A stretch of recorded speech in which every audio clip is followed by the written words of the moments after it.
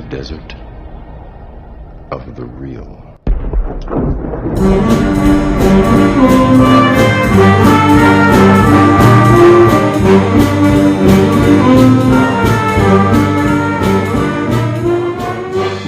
All right, welcome to the desert of the real. I'm your host, Jason Dietz, and manipulator of life, Ryan Hudson. I'm not as good at that as you are, obviously. There's not a lot of things in the game that really, Yeah. It's easy to have fake weird names for Lord of the Rings or Star Wars, but not the That's game. True. Yeah, well. The weird, creepy clown you find in your driveway. It looks like your dad's dad's. Anyhow. The Desert of the Real, Jason's Choice, is a movie podcast where I invite, I guess I don't really force you, because you're a willing participant, my co-host Ryan Hudson, to watch movies that I think are fantastic that he hasn't seen yet for some reason.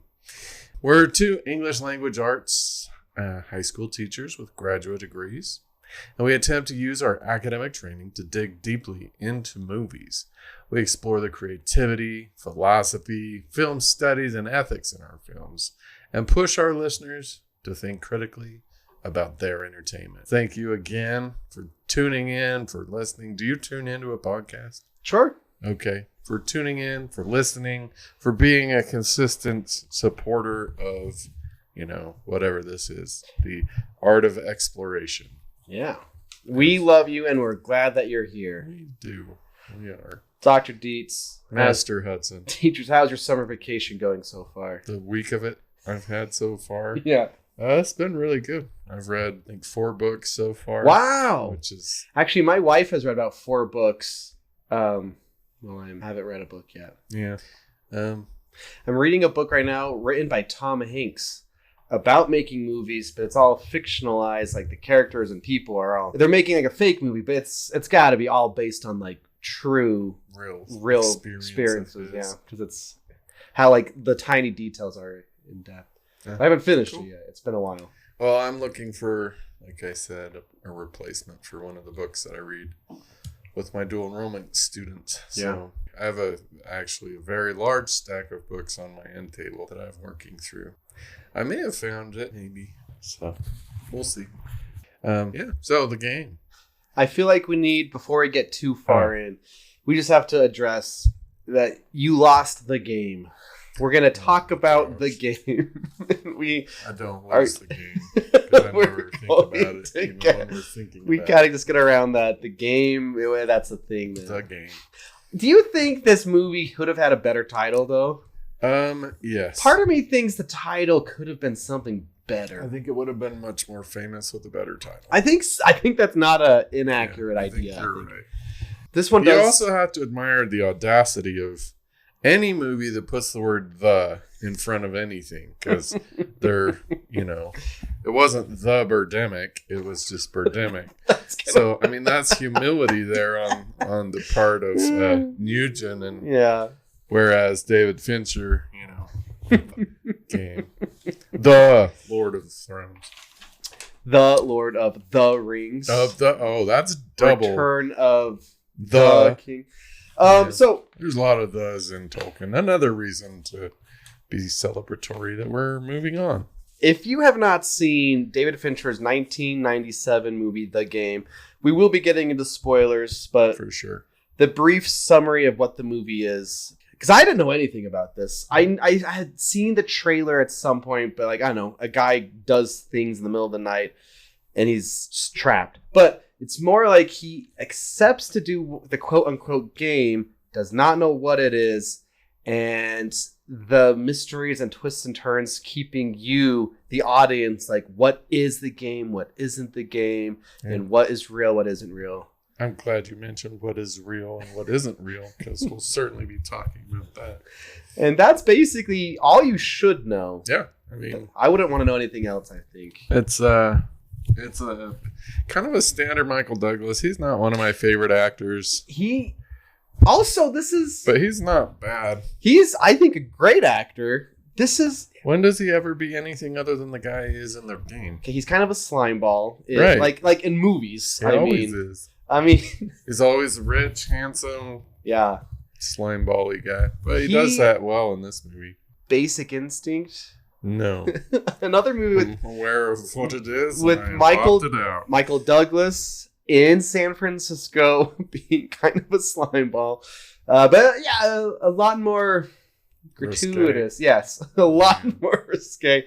But then there's also, you think, Ant-Man. He does a lot of San Francisco movies. I wonder if he just has a house in San Francisco.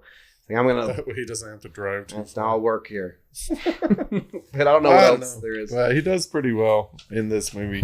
Yeah, He sells it. okay. What are your thoughts on Fincher in general? I looked up his movies because you said this is the only one you hadn't seen. I think it is. I don't think I have seen too many of his movies. So, well, I'm a big fan of David Fincher. so did this movie hold up to your Fincher fandom? Yeah, actually, let's talk some Fincher okay. really quick. So, famously, most directors start off something small like music videos, commercials, and Fincher's no exception. But his first feature film, wow, he's got a lot of credits. Okay, so he did a lot of music videos. For like Rick Springfield, The Motels, Outfield, Stabilizers. I don't know if I've never heard of any of those. Yeah, me neither. Howard Hewitt, Wire Train, Eddie Money, Loverboy, Money and Loverboy. Okay. Colin James, Sting. Okay, so he got going. Eventually. Yeah. All right. Some Steve Winwood, Ry Cooter, I love Steve Ry Cooter, Martha Davis, Gypsy Kings, Jodie Waitley. Okay, so he did a lot of music videos. Paula Abdul. Okay, we're getting close to his first movie. Madonna. But his first movie was Alien 3. Alien has a crazy run of directors, especially for the first 4, because then Ridley Scott comes back for Prometheus, and the next one. James Cameron does the second one. At the time, David Fincher doesn't have a filmography. He has a bunch of music videos. Famously, the studio took control. He publicly admits he does not like this movie. He disowns Alien 3. And he's like, the studio took it from me. I didn't get to do what I wanted. But what that does... Well, that explains why it sucks. Yeah, actually, it kind of does. Yeah. He's like, this will be good. And the studio's like, no. Don't do that. It's got to be one of the most disappointing... If you go through that experience, you don't want to go through that again. So it literally put him on this path of, I need control over my movies. The next movie he was going to make was going to be this movie. But then a little actor named Brad Pitt says, I want to make the movie 7. And if Brad Pitt wants to do a movie, that one gets pushed up. So 7 is his next movie. Which I have not seen. Oh, I thought you would have seen 7. It's probably number 1 on my I wish it was edited enough so I could see it list. Yeah, it's super dark. I'm aware that it's very upsetting. But it's clearly made with someone with a vision, with like an eye.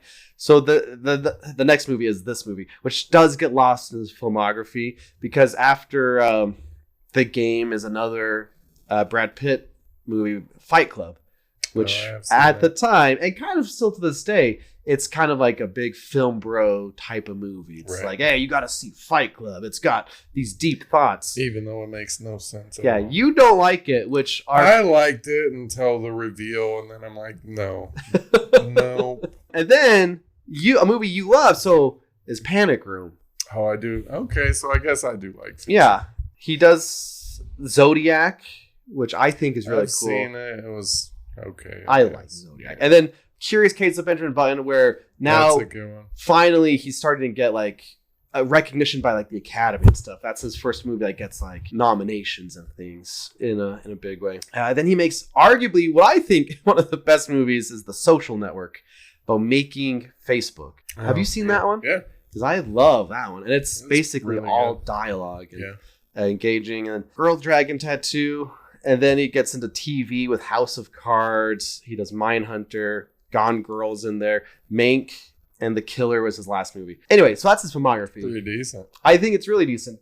But if you look at all the way back to The Game, you could be like, oh yeah, the person who made 7 clearly is making this movie. And if you know his themes in like Panic Room. Actually, this movie and Panic Room kind of have a lot in common in a way. The Game, it's like what's the game, what isn't the game, who are the good guys, who are the bad guys. Panic Room arguably could be like, we know who the good guys and bad guys are. It's like trying to get out of a puzzle, I guess. Yeah. Does that make sense? So with the game, it would be life is the panic room. Yeah. We're trying to get out of. It's more cut and dry, but the idea is similar, I think, in a way. The thing is, because 7 was so big, this movie was allowed to be bigger than it ever would have been without the success of 7.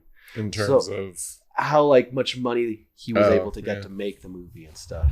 If you recognize in 97 compared to like a modern movie of what does happen with like, I guess, computers and special effects, right. like his movie The Killer, it's you watched The Killer. Oh, with I think so. Fassbender, he's like an assassin. In the first like 20 minutes of the movies, he's waiting for his first kill in his apartment. Anyway, but like, you wouldn't know it, but there is a ton of special effects to edit and make that movie look the way it does. Because Fincher is famous for filming something over and over again. He's kind of like Kubrick in a way. Like we're going to do that scene like 30 times until it gets it right, basically. He's also famous, I don't know if the technology was there in 97, to color grade things specifically. I forget which director. I think it's the guy Soderbergh who directed Ocean's movies and stuff. He sat in a session with Fincher of editing one of his own films, and Fincher was like telling his edit guy, like, "Oh, that top right corner needs to be darker by 20 degrees." Stuff like that. Super specific. And I think it all stems back to Alien 3. He wants control over everything. And then, it get bigger and bigger. But I think he's got a really great film. Yeah, it doesn't really filmography. have any stickers in there at all. So there are movies other than Alien 3. Yeah, and there are movies you probably wouldn't want to watch because of its content. Like Girl with the Dragon Tattoo it's pretty brutal. So brutal and dark, but it's well made. You can't deny it's well made. It's a beautiful film. But that's Fincher, kind of in a nutshell. Dark and well made. Yeah, and like even then this one doesn't feel that Finchery then, if that's it. It's dark ish. It's well made, but it's not, I don't think it's terribly dark, I wouldn't say. I wouldn't think so either, but I think maybe that's why it's not as famous. It maybe doesn't feel as Finchery, but like he made a movie called Mank, which is about the guy who wrote Citizen Kane, and that's nowhere near any of the other movies either. So he's got some like outliers, I suppose. This is one of them. But I think it feels in the bloodstream of 7 and Fight Club. Sure. Panic Room and stuff. Cool. Anyway, this movie's pretty cool. Yeah. I like it. I think it's underappreciated is what I'm trying to say. It's like somehow we like these other ones almost exclusively, but this one gets left out. But probably what we were just talking about is why it's not bloody. It's not dark. It's not, I don't think there's any blood at all other than right at the end. Yeah, now we're in spoiler territory. But even that is very, so it's that not, might be why. Yeah. It's just not as gruesome. But that's not a bad thing. No, I actually love it, as longtime listeners would know. I think that blood and gore is a cop-out for actual tension and actual... Yeah. So unless the movie... There are movies built around, they come for the blood, but I don't. Yeah. Watch or appreciate those movies. I don't really either. Okay, I do have to say before we get anywhere beside, like past like the beginning credits. Yeah. The beginning credits is just like Succession, the TV show. Okay. Like literally, I started it, and because I was watching on my computer, my wife didn't want to watch, and I showed her, look, it's Succession. The opening theme of Succession, you have like that Super 8 film style. Oh, right. Clearly rich and wealthy people, like a child standing with their father figure. It's exactly what Succession does for its introduction theme song, which is cool. Going only to mean something to 2 of our listeners, probably. Doesn't mean anything to me But while we're here, this is one of the few opening credits that I watched. Yeah, you should watch opening credits. We're not having this argument again. Have we had it on mic? Imagine so. Yeah, I well, can't imagine we've been doing The this. summary is Dietz doesn't watch credits, and that's silly to me. And Especially my the summary end credits. is watching credits is silly. That's our argument in a nutshell. Yeah, Let's I mean, move it on. is. And I'm right, and you're wrong. Okay. Okay, if we want to do this right now, we can. Like, what possible benefit can it be to your appreciation of a film to watch a list of names scroll up a screen? It's not about, well, it's about the first few names. Like, all right, who was everyone? Sure. Usually that's by the time I skip it, I've seen the first couple names, so there's no argument. So the end credits, especially when Pointless. you need to sit and immediately reflect on whatever you just saw. That's I do that. no, yeah, artificially, Without the- but artificially. like if you're in a movie theater, You sit there? not the whole time for the most part, but I'm like listening to the music or That's whatever what we song call they the clean up chose. the popcorn Yeah, phase of the movie. and I think you need to let it settle a little bit. Let the dust settle. Allow the movie to ruminate in your brain while the music chosen by the movie is also. So I watch films, Okay. generally speaking, in my house. That's true. And so And I should go see a movie in the I can theater. turn it off and just, ruminate. I don't need to look at lists of the second assistant grip. Yeah, that's not as of important whatever as. the crap. Okay. I mean, if I'm watching a movie, I already know who directed it. I already know who starred in it. What do I need? I don't need another list of people. I got it. All I right. know it. There's two sides of that argument. So, okay, There's the right before side. we get any farther, speaking of credits, Okay. my child wanted to watch The Lorax, Okay. which is not a great movie. Good for your child. It's not a good movie, but it wasn't on anything. But on Netflix, there was 2 seasons of The Lorax. Green Eggs and Ham. I didn't see. How was there a season of Sam I Am? I don't know. I didn't watch it with her, but you know who plays the guy whose name is Guy that Sam I Am tries to eat the green eggs and ham?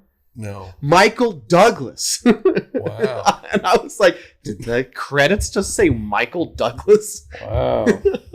That just happened just the other day. That's 2 seasons of that, by the way. that's great. Okay. But I am famously the guy that will, put it on 1.5 speed if it's stupid. So we can add not watching credits to my list of sins against cinema. Your cinema faux pas.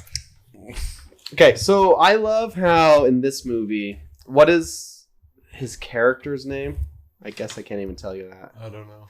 Michael Van Orden. Orton. He is so specific, but he feels super real, which Yeah. is fantastic. Like, Yeah. there are people like that in real life. Mm-hmm. His brother sits down and they're like, oh, my brother is happy. What are you, in a cult? That's What drug are you on this time? he can't even fathom someone being happy.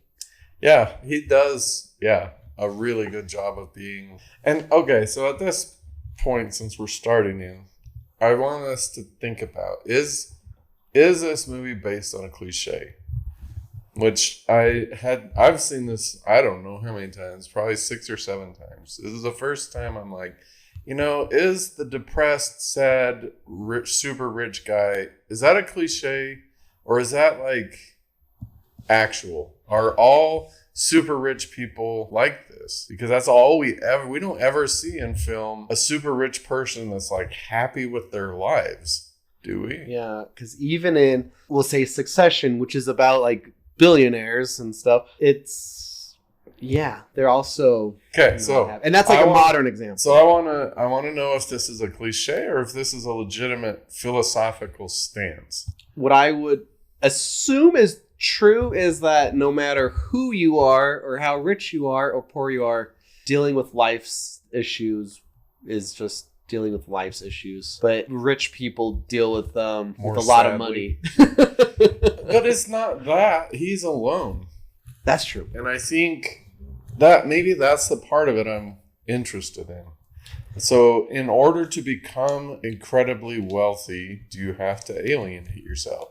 Because like you mentioned, the social network, that's what Zuckerberg definitely does in that movie. He ends up alone. The poster even says you don't get to 500 million friends without making some enemies. I guess that doesn't directly apply, but he loses his friends. So I think, I don't know, what do you think? Is that an inevitable result of amassing wealth? I think there must be some truth. To get that rich, you will have to live a lifestyle where you can't really have a family or social life. Yeah. That's the grind mindset. It's really popular with like the alpha males and the teenage boys coming up. Yeah. So if it's a truth or a kernel of truth, I think this movie is one of the best I've ever seen in ramming home just how much you have to give up in order to become that way. Yeah, actually, you probably made this connection. You know what this is basically the story of? A Christmas Carol. Oh yeah, for sure. Yeah, I did not make that connection. Yeah, Scrooge has to go through 3 ghosts, and at the end he's changed. This movie is super similar. I don't know how changed. I mean, we'll get there because I may have some issues with the ending, if I'm being honest. Yeah. It's kind of the same idea. Yeah. It feels like post 9/11, audiences aren't willing to have protagonists that are like this movie. Oh, billionaire, basically. Right. Or millionaires. It's like, oh, I think we want to see more realistic depictions of protagonists or something. Okay. But do you think that the fact that he goes through all this crap and has all of this pain and suffering, isn't that what we want to see the billionaires have to go through? Because guess what lens I prepared today, Deets? Marxist? Should we just should we dive into the Marxist lens right now? Because because this was my main question. Is this movie critical of rich people? Because I don't know if it is. Okay. The game in the movie is transformative, right? It wants to turn him into a more humble person or a better person, to be able to see life's things. Because at the beginning, he asks his maid, "What was my dad like?" And his maid's like, "Oh, you've never asked." And if he was in a room, you wouldn't have known, basically. Yeah. So he's turned into his dad. And I think it's implied he's about the same age his dad was when he committed suicide. Did it say that? Okay. Oh, yeah, it's his birthday. Duh. He's turning the same. So he's turned into his dad. And so it's like, oh, we got to change this person. Or like his brother wants to change him. He doesn't want his brother to turn into his dad, basically. Okay. I think. So it's either critiquing capitalist culture, like you're saying, like this get super wealthy mindset and what do you have to give up? But like in a way, to do the game, you have to be wealthy. Yeah, there's no way otherwise. So the game is only for wealthy people. Right. So in a roundabout way, it's saying, yeah, this is just for wealthy people. Poor people, this isn't for you. You don't get to go through this, or you can't afford to live not just the lifestyle, but to do this experience ever. Okay. So to kind of counter that, I guess, do not rich people even need to do this? They've already learned what the game has to teach them, so it's not necessary for them to go through all this. We already value the people in our lives. We already value the fact that we can eat or whatever. Yeah. I don't know. But yeah, that's fair. The game is a very exclusive. Yeah. Very exclusive. You know what was one of a disheartening statistic I learned a few years ago? Remember when there was that submarine that went to the Titanic and imploded?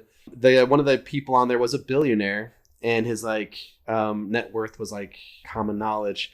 And someone pointed out the fact that like if you averaged out his wealth and like the average middle class or lower class citizens, like us buying a $7 milkshake is the same as that billionaire's paying for this $200,000 ticket, basically. Wow. It equaled out like, oh, that's how wealthy some people are, basically. It's like us buying a $7 milkshake versus $100,000. Yeah. So yeah, are those people? That's why when normal people see the numbers, it's like, yeah, let's knock those billionaires down a peg. That's actually my philosophy. One of them is the morality of obscene wealth. So we'll dovetail together here. Getting into that. You can also look at the whole game as a metaphor for capitalism. You know, people try to get your money, or you lose your money. You have money, then you don't have money. Right. Maybe kind of how the system works as a whole. Just the few that make it to the top have been through every possible trap and undermining and whatever, and they're just vicious enough or ruthless enough or whatever enough to make it to the top. Yeah, I could see that for sure. Does he become aware of his class position or the system's contradictions?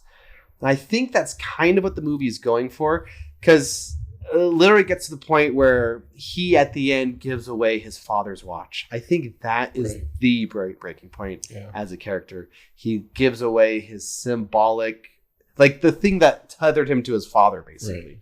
So I think the movie's trying to say that he has become aware of like the everyday people. Because there's a great moment early on when he gets to the office of the game. He talks to the receptionist and she's like, hold on one moment. And you get the impression he's not used to people telling him to wait. I don't wait. And then the guy who's like the actor guy, he's eating Chinese food. Right.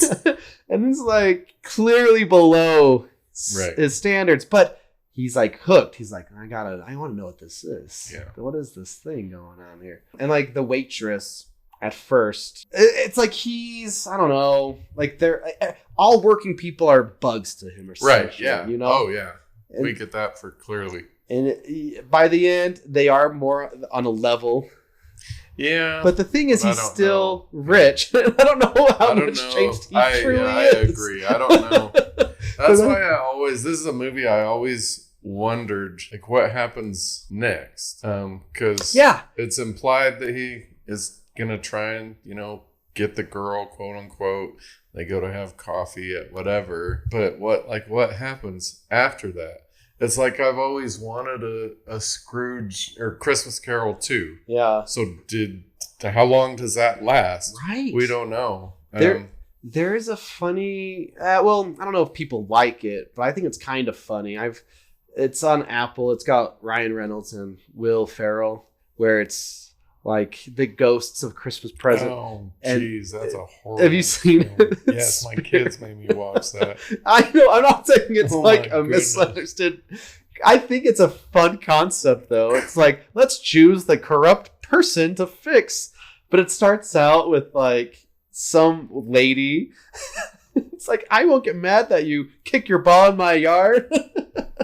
So it's kind of making fun of, wait a second, how changed will this person be if that's what level of person we're changing or whatever. Anyway. I don't know. It's an interesting, or like I think a couple episodes ago you said something about it takes 6 weeks for someone who won the lottery to basically start normalized complaining about things they were complaining about before. So philosophically, that's a really interesting idea. So like for me and my family, we lived well below the poverty line for most of my children's lives. Yeah.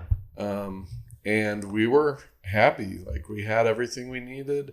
If you ask my kids, were we poor? They would tell you, no, we were not. We definitely were. Yeah. And then only recently, my wife went back, got a degree, became a sped teacher. How are we above the poverty line or whatever? And you would think, okay, so we lived this way for a long time. We're going to have a lot of extra money, but we don't. Yeah. Like we save some, but I mean, we spend what we make. Yeah. And it's a really interesting aspect philosophically of the human condition that we just adapt to wherever we are. Yeah. And so then philosophically, what is necessary for survival? So this like Maslow, whatever, what do we actually need? Because in the United States, we think we have to have a car. We have to have, this thing. We have to go to Disneyland. We have to whatever. But it's really interesting that we don't. Like almost the entire planet lives hand to mouth. Yeah. And I don't know that I can't speak for them, but I can speak for the group of people that I lived with in Chile on my mission. Yeah. I didn't come across too many people that were just super sad and depressed. Yeah. They're happy with, playing, with a soccer ball made out of old clothes in the dust of the street. Mm-hmm. And so this is the main thing I wanted to talk about. We mentioned it earlier. Do we lose something that is essentially human when we become wealthy, when we no longer have to work, or we no longer have to, confront challenges or whatever? We don't have to cook our own food in the case of Van Orden here. We don't have to, drive ourselves from one place to another. Do we lose something? I think we do. And I'm trying to be, because obviously we're teachers. Not the most lucrative profession, famously. And so it's like, oh, all these wealthy people. Because I follow some guy who's like an investment banker on social media. And he's always posting pictures of stuff like trips and things all the time. But I'm also aware I am super blessed. I have a great family and have a house, it's not like, but not to use a fictional example, the first, and not to keep dipping back to Succession, but it is a recent story about how scumbaggy rich people can be. The first episode of the show, they're going to go play their annual baseball game, and they take the helicopters to the field and stuff. And there's one of the workers has a son there, and one of the main characters says to the kid, "I'll write you a check for $1 million if you make a home run," or whatever. And it's kind of like this moment where, is he gonna do it? Doesn't do it. The guy rips the check in front of him, basically. Wow. And so you see one of the worker, one of the security guys give the dad a watch, basically, to kind of sorry about that. Here's this instead. And I'm like, there's gotta be stuff like that. And a lot of reality TV shows are specifically about wealthy people. What is it called? There was Housewives of Atlanta, Housewives of XY, all the cities, just wealthy people doing wealthy things. Yeah. And the show is essentially them complaining, selling Sunset. It's these realtors in LA selling multiple $1 million houses, but the show is about them arguing with each other and all the drama and stuff. I think there is some truth that you lose a humanity side. The richer you get, the less human you are. Yeah. It's interesting. We lose touch with what makes us human. But then again, there are, a lot of people donate money. It's not... Right. I'm not... The morality of obscene wealth is more about... the question I'm asking is more about, do we lose our essential humanity? Do we sell it for... or another way to ask it is suffering necessary for happiness or being human? Because what we see here with Michael Douglas's character, he has no suffering. There's no difficult part of his life in the intro. He doesn't suffer at all.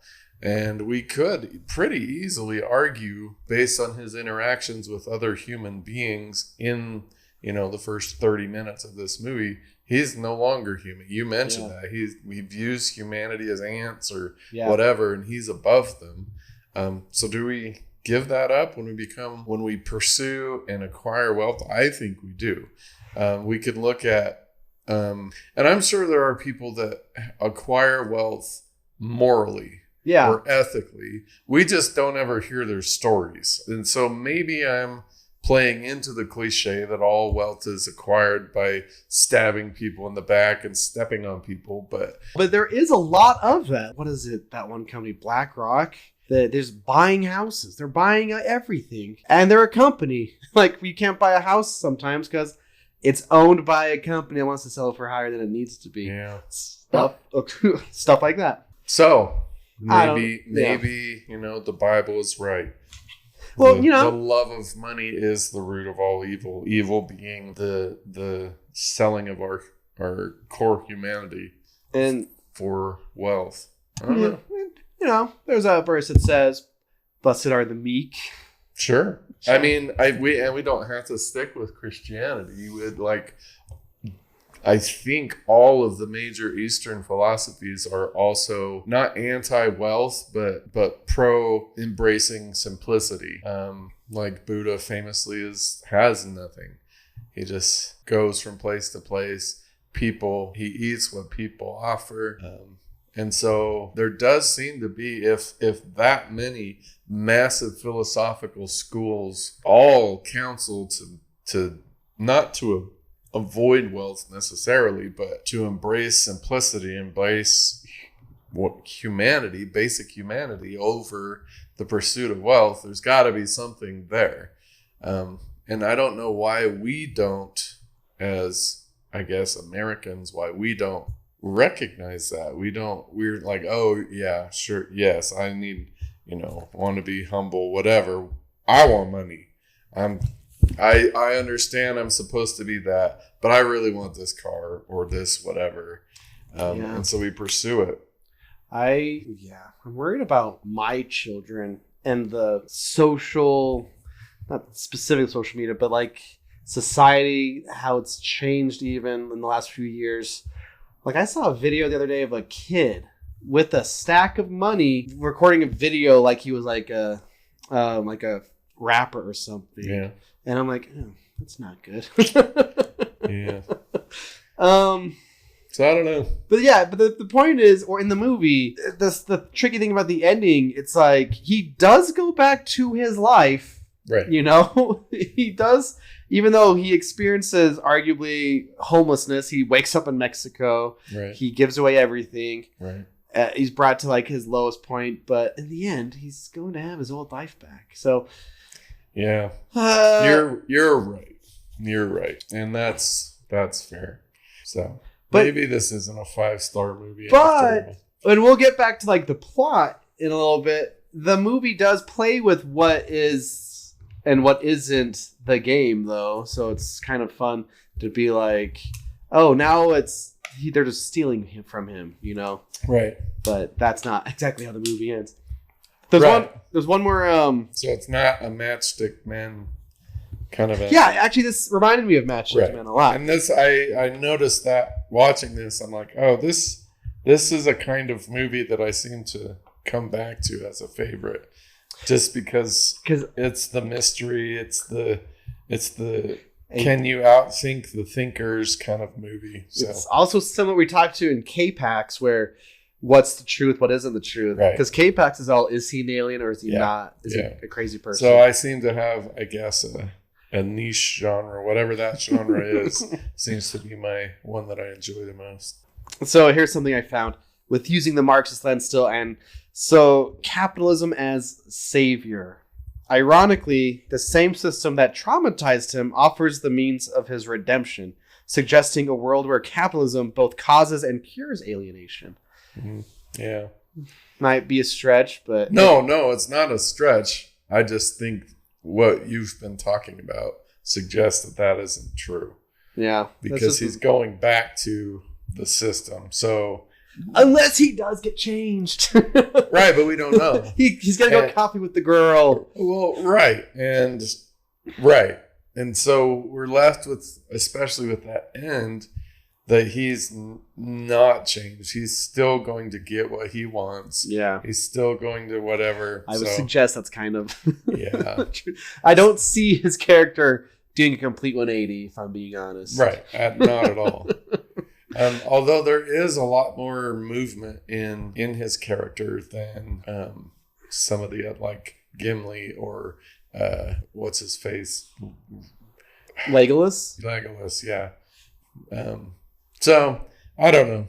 We can hope that he's going to, go buy the biggest turkey in the grocer's display and send it to Tiny Tim and adopt his 3 nephews and go on big adventures. I don't think he will, in DuckTales. Yeah. Anyhow, we're catching mine because I guess another just clue to that is the structure in the end, or not the structure, the struggle in the end is all artificial. Right. It was all a game. You don't know that watching it, especially for the first time. Yeah. But if it's all fake, then that was a good experience. Thanks for that. Yeah, and that's true. But I think this movie, more so than any other movie like this I've seen, does just a perfect job writing that line. There's never a point where you're like, okay, this has to be the game or this has to not be the game.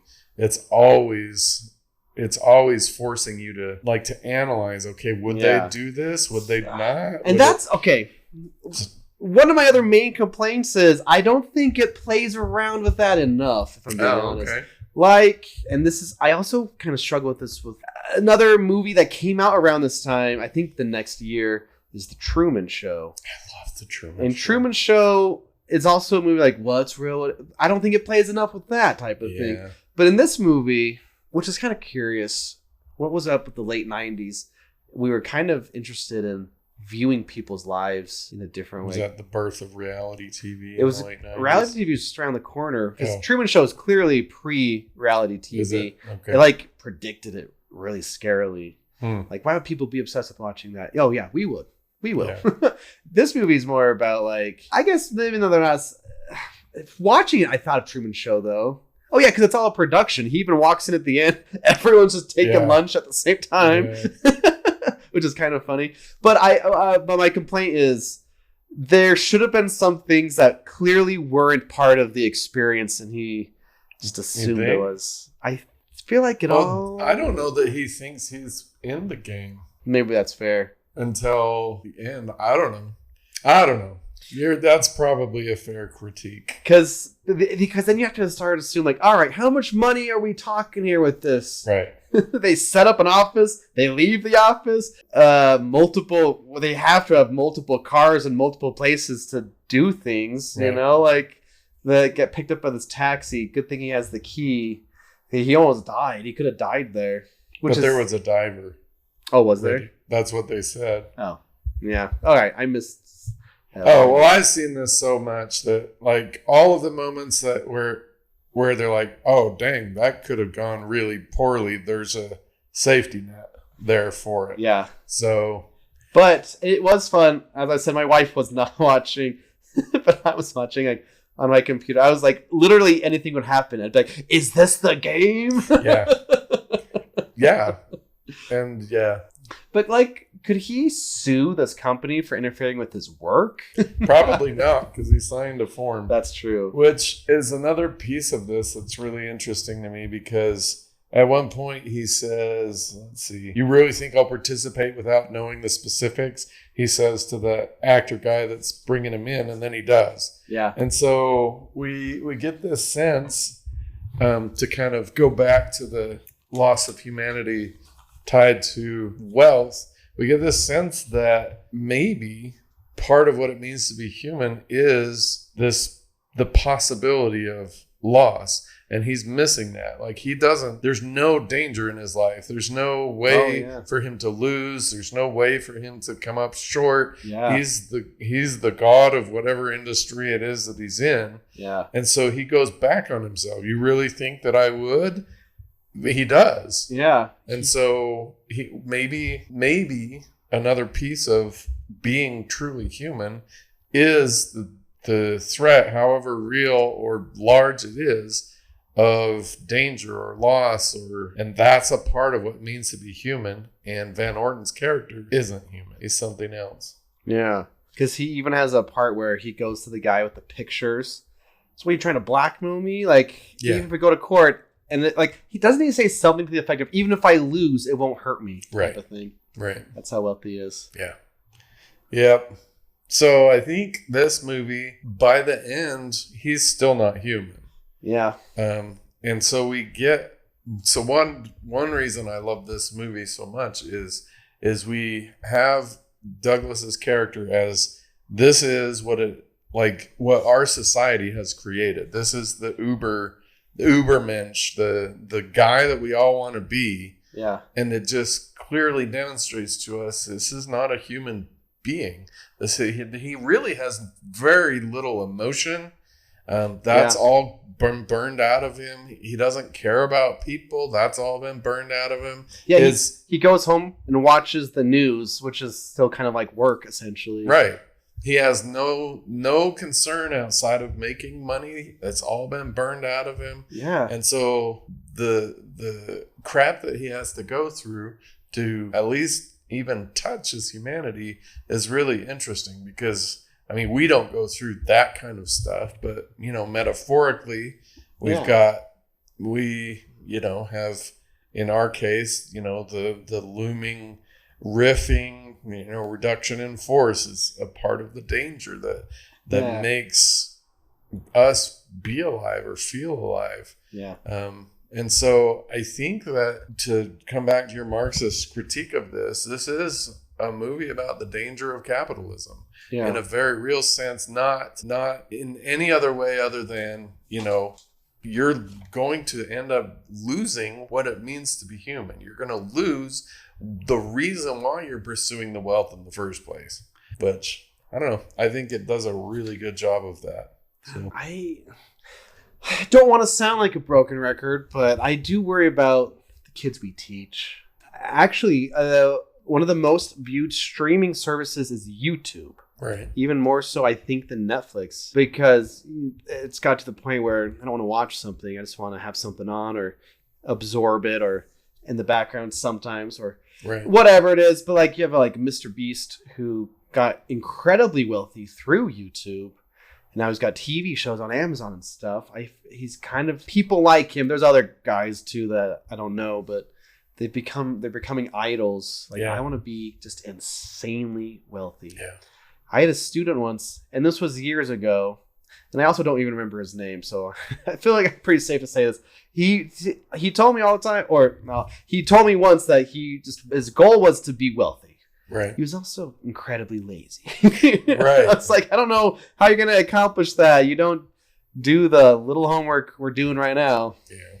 But I think that's kind of a mindset with some teenagers.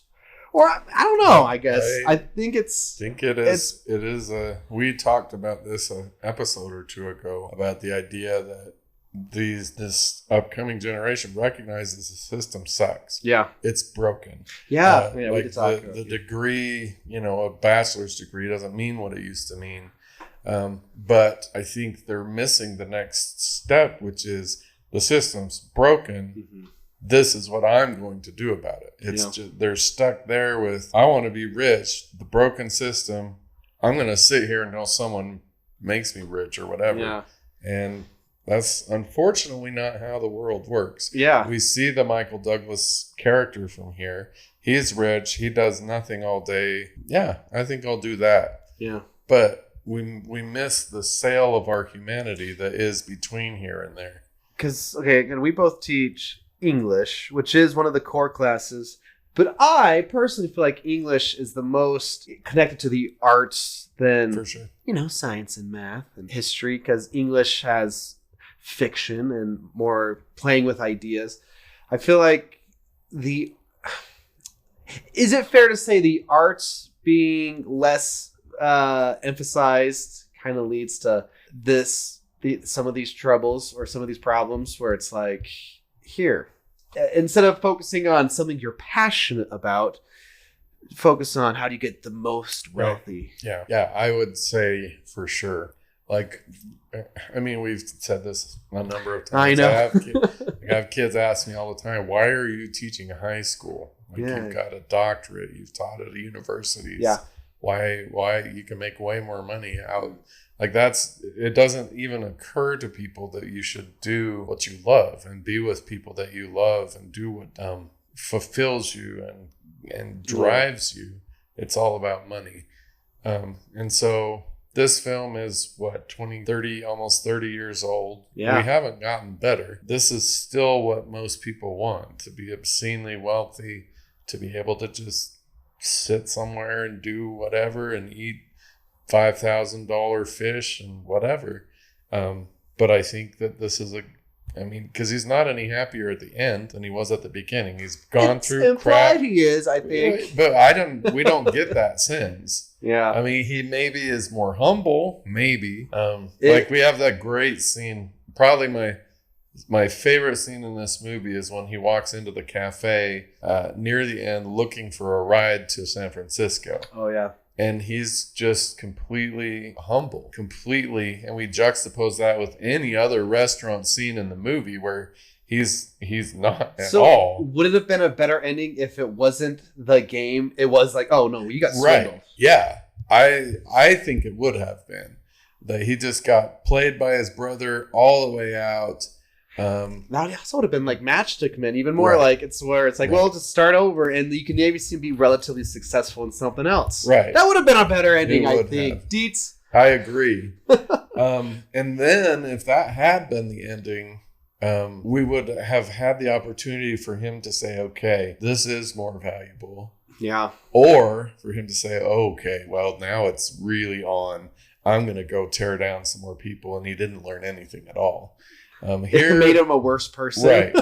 He's like, okay, if that's how we're going to play it, then yeah. But there's a couple of lines. Well, one line really, and I failed to write who said it, but somebody said today is what counts. Oh, he said it. He said it to the book publisher guy. Yeah. He's like, today is what counts, not what might happen next quarter, which is super ironic for him to say that because he doesn't live today. He doesn't. Yeah, he you're doesn't. right. And again, philosophically, most major philosophical schools embrace the idea of living today. Learn from the past. Don't Carpe live in the diem. past. Right. Carpe diem. Learn from the past. Don't live in the past. Prepare for the future, but also don't live in the future. Right now is all you've got. And so this movie is interesting in that sense, in that I do feel like he finally gets that. If he doesn't maybe become more human. He doesn't maybe become more humble. He doesn't maybe, any of these permanent changes that we would like to see.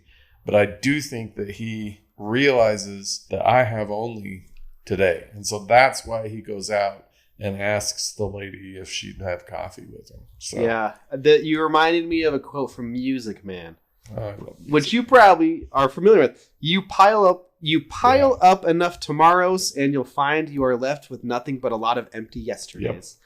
Yep. And that, I remember at the beginning of my marriage, that it was hard for my wife, especially because we were seeing our peers like buying houses at that point, Right. and our peers having kids, because we couldn't have kids for like 3 years of trying. Well, And it's like, oh, when this happens, then I'll be right.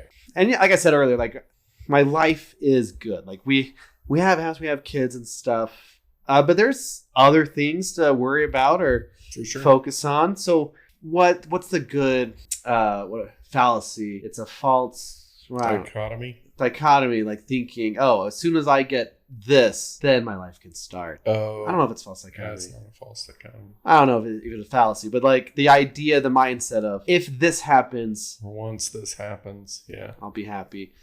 Because real life doesn't stop. You just keep going. You look back where you were 10 years ago, you're probably, or like a struggling student or whatever, but like, no, that was a good time. Yeah. Like for some reason, it feels like it was. Right. And that you've mentioned, like, anytime anyone asks me, like, how's your day or whatever, it's always great. It's a great day. And I was like, really, dudes? It is. Because it's today. Yeah. Like, it's right now. This is where we're at. A couple, I don't remember, quite a while ago, you brought in a lens called narrative theory. I did a lot of narrative theory as part of my doctorate.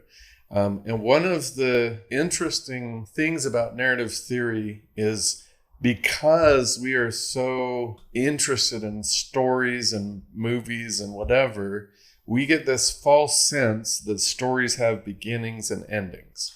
Right. And so we view our lives because of this idea of like the narrative. We view our lives as a series of beginnings and endings. But in reality, Like the Buddhists have it right. It's just, or the Taoists, it's just this ongoing flow of time. And there isn't a beginning, there isn't an ending. And so anytime we do what you're suggesting, we say, once I get to this, that suggests either a beginning or an ending, it warps our lives. Yeah.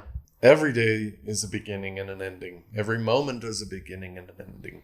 And until we figure out that we need to be living this moment, our lives are kind of passing us by while we wait for something or while we regret something in the past. Yeah. So I think it's interesting that his character said that, but doesn't actually live it or believe it. I think it for a character, it's interesting. Like, he thinks his life is full, but it's empty. He goes home to no one. His maid, who was in on the game, by the way. Yeah. Not that makes her a bad person. It's just he doesn't even. He's never even asked her a question about his dad or anything. She's just a figure of. She's just an ant. Yep. I have a couple random questions about just you. Do you think Rorschach tests work? I know they weren't exactly Rorschach tests in the movie, but in general, do you think that reveals anything? Not really, no. I didn't think you would. I don't know if I do. Like, I don't know. There's a lot of psychology that I don't necessarily believe. But probably at this point, I would say they don't, because they've been in so many movies that I don't think you can get a true reading anymore. Yeah. Because everyone knows what they're for. And the part of the test where he's looking at all the pictures, he's like, is this end? Yeah. It's kind of like, I don't know, kind of like in Lost, the Dharma Initiative. Anyway, would you want to do the game? No. But what if it will change your life? And someone else... My actual answer is my life. I've already done the game, I guess. My life's already changed. I already went through that stuff. I mean, like I've shared multiple times on the podcast where I realized that all this stuff is just stuff. Yeah. Life's about people and experiences and memory. It's not about stuff. So I guess the actual answer is that everyone's life will be the game. Like, all right, and it's how are you going to let it change you? Are you going to allow your experiences to embitter you or change you or shape you? Because I mean, throwing out basically everything we owned could have been a very embittering thing. I guess it's just how do we choose to allow the vicissitudes of life? That's a word I love. The vicissitudes of life to shape us. Are we going to be angry? Are we going to be... I mean, we just had graduation here a week ago, ish, right? Wow. And graduations are historically these narrative moments where this is a beginning, this is an ending. In kind of a literal sense. I mean, it is and isn't, but it is. But the point is, no one gets up and gives a speech and said, all right, now we're going to go become mediocre people and we're going to go, get these jobs that we're barely going to squeak by. No, everyone I've ever heard is, we are, going to conquer the planet and we're amazing and whatever, which is fine. But when that doesn't happen, or if it doesn't, I guess, but when it doesn't happen, that's when the game delivers its message. What are you going to do? Yeah. I wanted to be the next Stephen King when I graduated high school. I thought I was going to be a world famous author. Obviously, that did not happen. Yet. It didn't happen. How do I deal with it? Or whatever vision you have for your life, almost 100% certain that's not what it's going to end up being. Yeah. How is it going to shape you? And so for Michael Douglas's character, I mean, it shaped him. I guess he would be the one. Oh, maybe we could view this movie as this is what happens when you do get everything that you plan. Yeah. You lose humanity. There's got to be something about not getting what we want that makes us human. Not chasing the carrot, though. Maybe. Do you think it's the chasing of the carrot or it's the dealing with the disappointment? Yeah, and having a system that helps you deal with disappointment, like family and friends, or not. In the case of Michael Douglas, how's he dealing with it? See, that's why, and I've mentioned this movie before, but I think it's one of my most personal movies, even though it's a movie that involves in Everything Everywhere All at Once. Yeah. Unfortunately, there's a fight scene where they're trying to stick something up their butt at one point. Right. But the main point is like, I'm unhappy with my life. And it's tempting to be like, well, what if I did something different? Or what if something else changed? Yeah. What if I was a movie star? Yada, yada, yada. But that's not what happens in life. And there's that beautiful line that her husband says in the other reality where they were successful. It's like, I would have been happy just doing laundry with you. Yeah. And like, because that's, I think, real life. Yep. For most people, it's just For everyday almost things. everyone. Yeah, except for the Michael Douglases. Right. Not real Michael Douglas. His life's probably like this, actually. Maybe it is, yeah. But like, Yeah. but like, it's just, your life is going to be probably boring or normal, but that doesn't mean it's bad. It's how you see it. Yep. And I always tell my students, boring is a choice that you make. Yeah, that's true. Nothing's inherently boring. It's just you have chosen to be bored. I remember a class asked me what's my ideal like evening. It's like, yeah, put the kids to bed, play like Rummikub with my wife, and watch a movie. Yeah.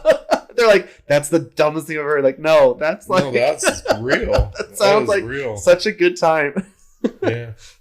That was a while ago. Now my kids' bedtime takes longer, and That's because you're a good dad. well, I guess, yeah. They're like, read another book. Tell us At this a story. point, I'm just like, I'm going to bed, y'all.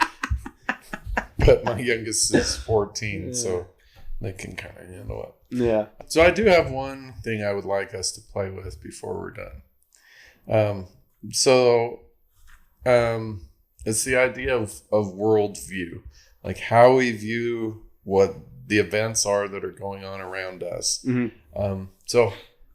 And this might not make sense. I hope it does. So the question is, how much of our worldview has to overlap other people's worldview in order for us to be considered sane? Does that make sense?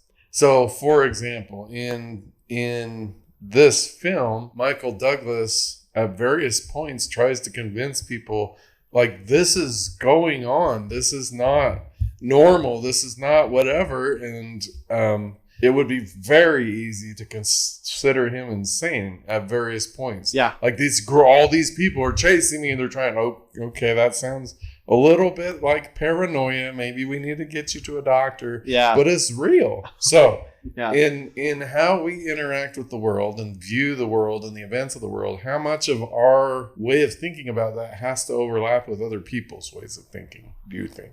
Okay. Before I answer, my recommendation of the reel is The Man Who Knew Too Little with Bill Murray. Bill Murray, which is It's super so similar, actually, Yeah. but in That's a a funny good one. way, where he thinks everything is the experience. Right, but and it's not. Everything isn't. Right. But like, that's my recommendation of the reel for you. But at the same time, it's like, no, it's just part of the thing. And it's like, no, you're in danger for real life. Right. But here it's like, I'm in danger. No, it's part of the thing. Right. That they both like are seen as crazy. Yeah. So just in real life. In real life, it's a little different because if you're too far over the norm, in quotes, you're like, oh, you believe in conspiracy theories. Right. Or you believe in God. Or you believe in, like, that's what I'm interested in just playing with for a little while. So we're at a point in the United States where a belief in a higher power is disappearing. Yeah. It's not a majority yet, but a big, good sized minority of people no longer believe in a higher power. So does that mean that at some point in the future it will be insane to believe in a higher power? Or the idea of the binary gender is being called into question. Like, for millennia, there was no question. Yeah. There's male, there's female. And people who believed otherwise were considered to be insane up until, I don't know if it's DSM-3 or 4, but homosexuality was considered a mental illness in the diagnostic manual for psychology, for psychiatry, the DSM. And so and we don't have to answer it, but it's just a really interesting question.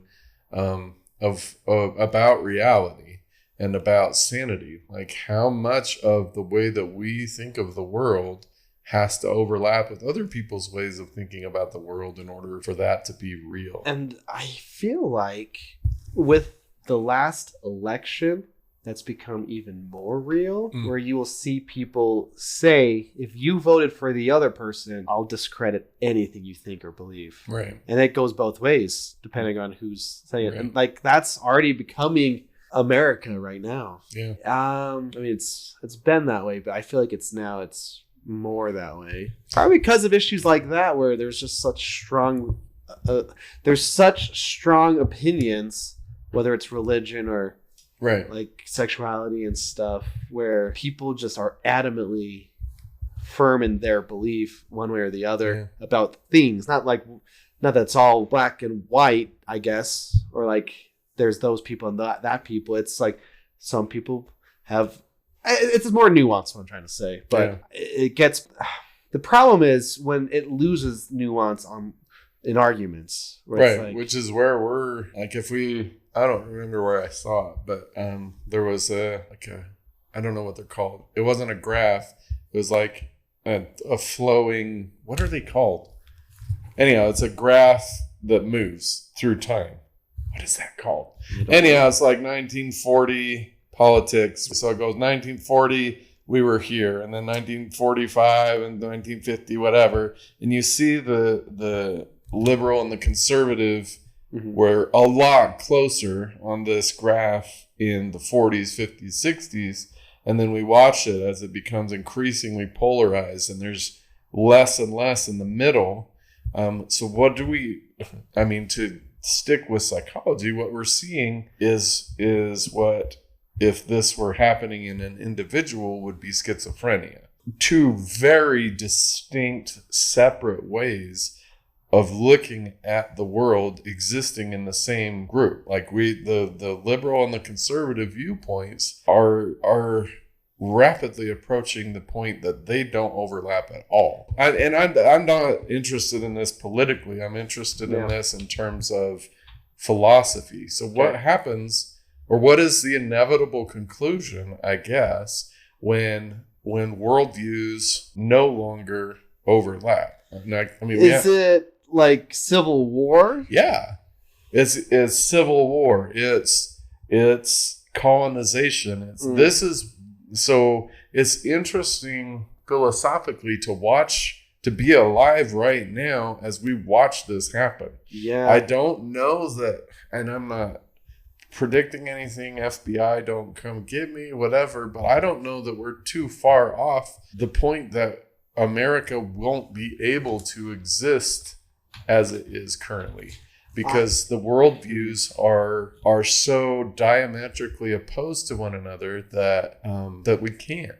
I know, but the problem is in real life, and I know you know this, but it's hard to to teach this to people who are so vocal about like this or that. It's like, if I think about me or what I think, it's not all one side or that. It's like, I think this, but I think that over there, though. It's not. Right. Well, that's critical thinking. Right. Right. The ability to say, okay, I think this, but I can also understand how you would think that. Frustrating when for right now on the news, at the time we're recording, there's like riots in LA because of the ICE stuff going on. Right.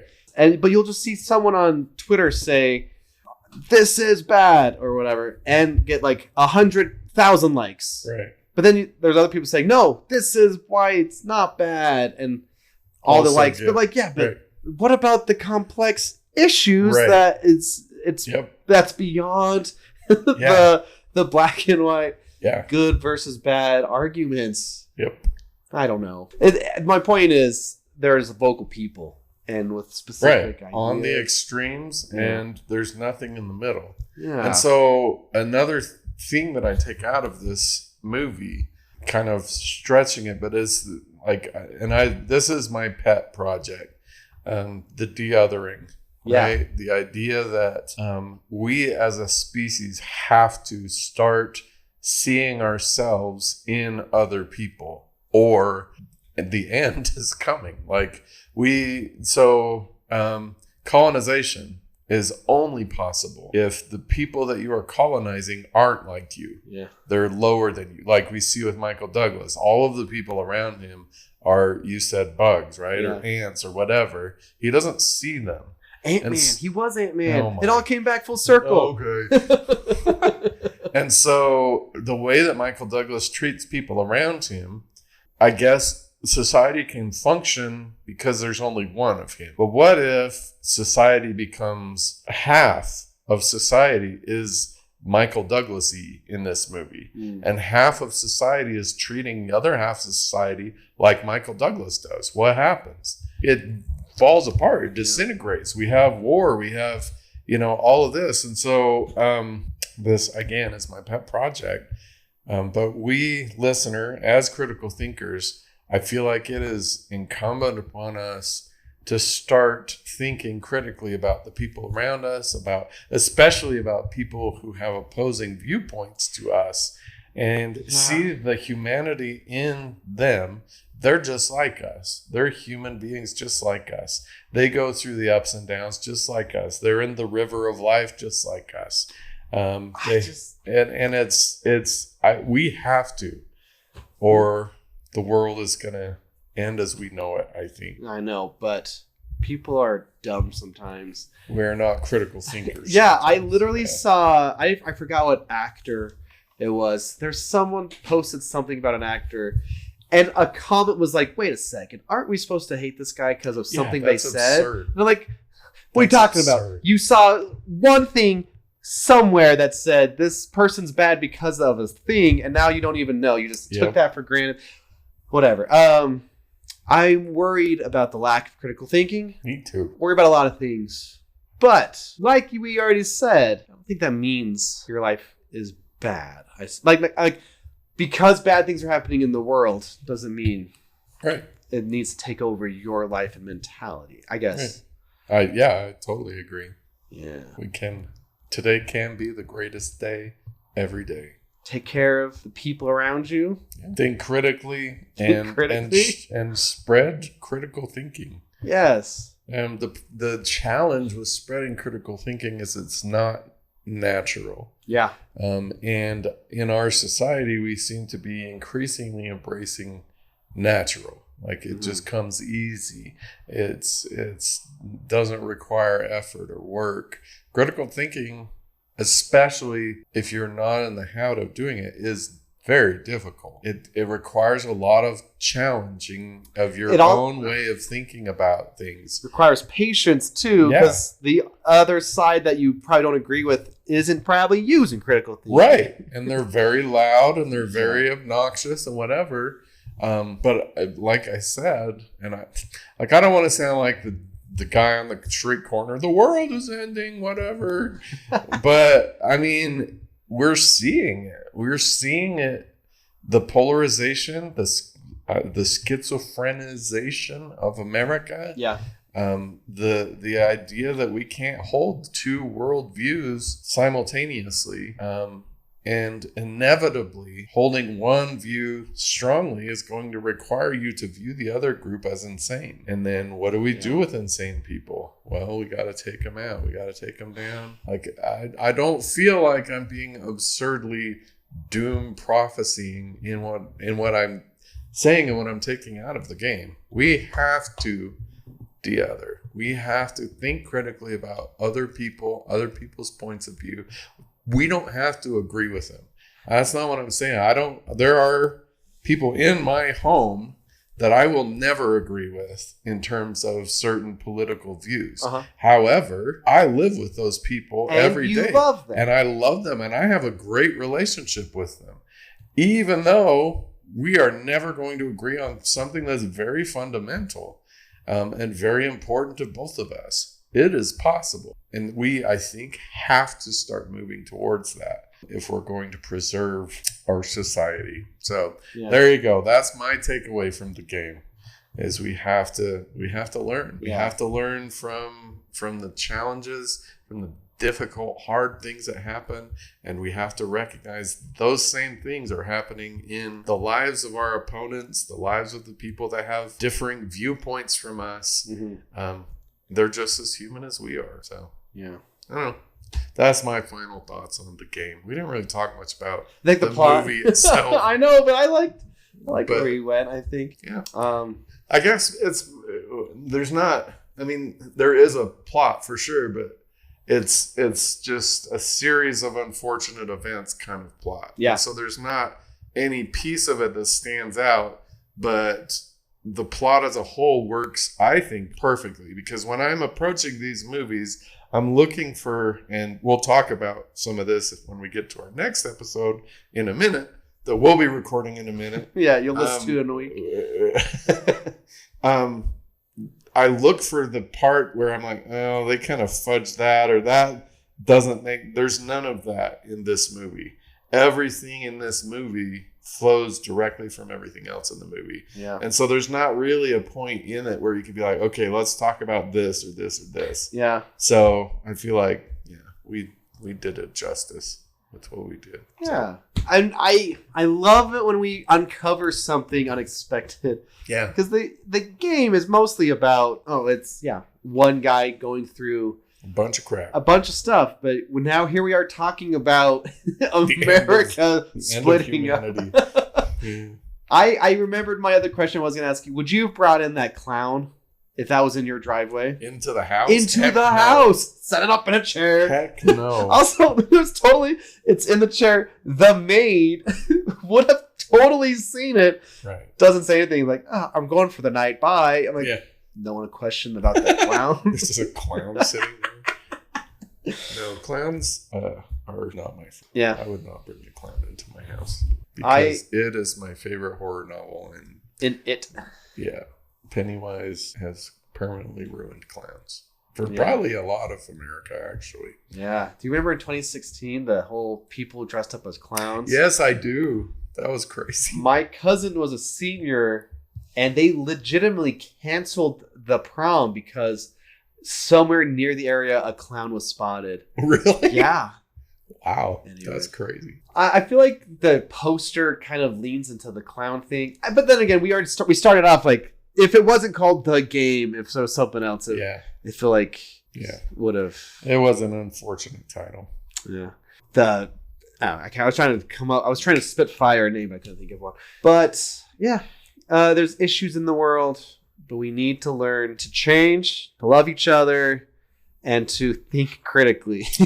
I think is our main takeaways. Yeah, from the game. Money isn't everything. Money isn't everything. Live now. Yeah. Enjoy right today.